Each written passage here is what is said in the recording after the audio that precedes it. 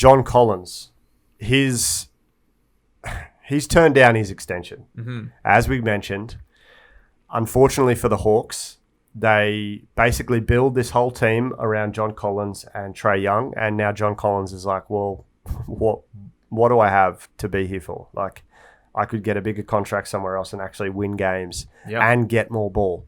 The benefit of the coaching change with Nate McMillan the other night, watching them beat the Heat in that second matchup, was seeing John Collins get more of the ball when Rajon Rondo was on the court.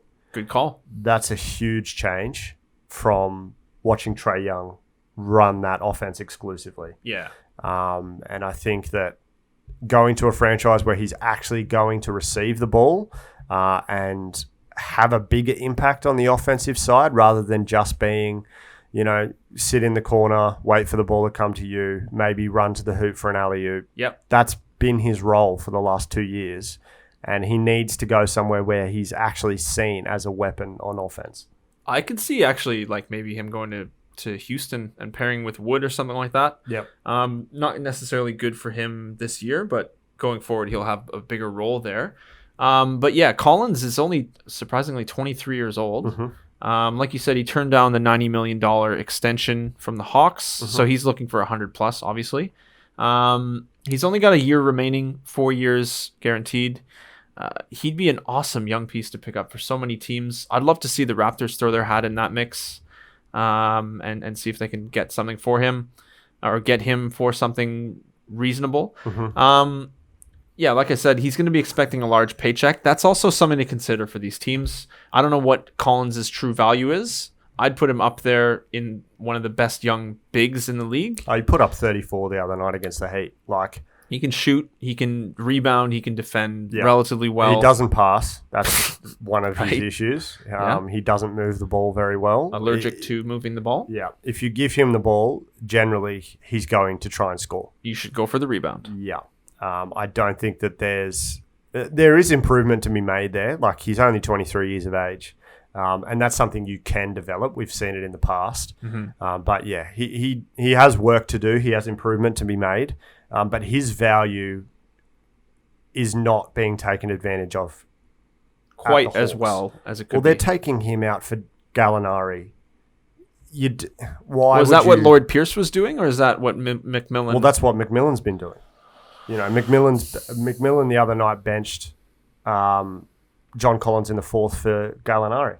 If you're looking at strategy-wise, I can see why you might bench him to stretch the floor. Gallinari is a known threat to shoot. Yeah.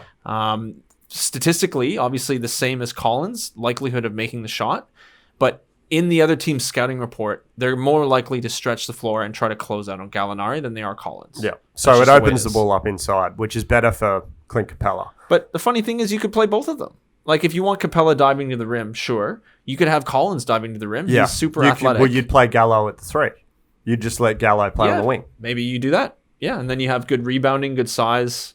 Look, we should be telling Nate McMillan what to do here. Clearly, we're the experts. Well, we know what we're doing. But I don't, look. I'm just saying that the problem, as I mentioned earlier with the Hawks, is the age and the players that they're playing over younger players who are yet to develop. You got Cam Reddish, DeAndre Hunter, Trae Young, and and John Collins, and you're playing, Gallinari, Rajon Rondo, which you just have to have the right rotations there. You have to know what you have. It's not easy to figure that out. Oh, it's not easy. Like, I'm not getting paid to do it. I'm just sitting here talking to you about it. Yeah. But if it was my franchise and I was coaching the team, those guys would be on the court in the fourth quarter and they would be learning how to win games. Yeah, fair enough. That's just me. I think you're on the right track in trying to develop guys. I'd have Rondo on the court with them probably. Yeah. That'd be the only change I'd make. To win. I'd have Rondo and Trae Young in the back. Good luck on defense. Well, Rondo's a good defender. He's a plus defender. And Trae Young is a minus defender. And Trae Young is a significantly minus defender. He's the worst defender in the league. Arguably, yeah. Yeah. He's up there.